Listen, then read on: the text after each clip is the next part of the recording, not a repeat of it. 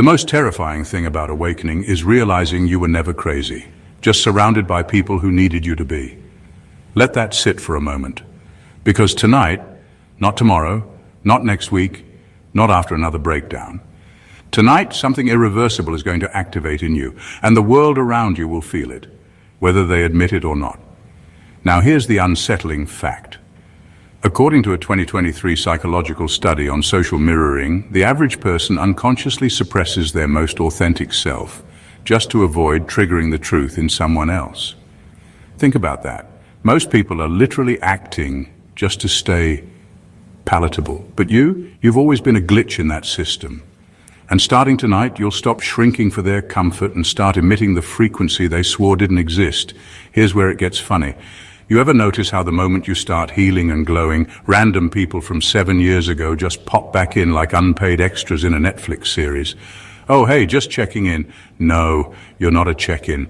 You're the plot twist they never saw coming. So buckle up, chosen one. This isn't motivational fluff. This isn't spiritual cupcake talk. This is the episode where everything changes. And by the end of tonight, you're not just going to walk into a new identity. You're going to embody something they've been praying never shows up. Let's get into it. Number 1, you will become a mirror that burns, not reflects. You're not here to reflect who people pretend to be. You're here to expose what they've been hiding. And starting tonight, that's exactly what you're going to become. Not a harmless mirror, but one that burns through illusion. You won't be reflecting back their carefully built images anymore. You'll start showing them everything they've been trying to bury, their lies, their guilt, their fake confidence, their fear of being irrelevant in the presence of someone real. This shift is quiet but violent. You won't have to say much. Your energy will do the talking.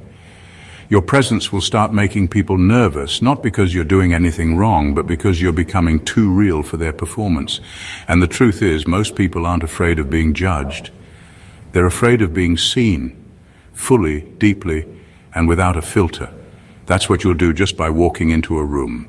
You'll start triggering breakdowns in people who haven't done the inner work. They won't be able to explain why they suddenly feel insecure, defensive, or irritated around you. But it'll happen over and over. And that's because their masks can't survive the heat you now carry.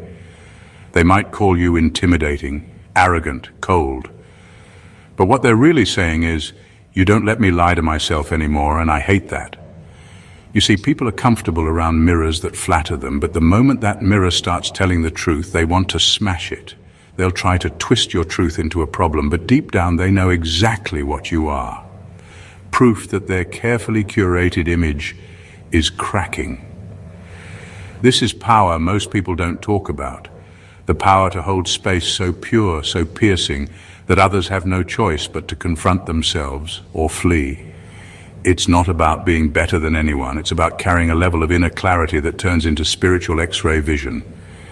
And it's not always glamorous. Sometimes it's lonely. Sometimes it gets you falsely labeled, misunderstood, even hated. But it's real. And tonight that energy is going to lock into place. You're no longer just reflecting the world. You're about to melt the illusions it runs on.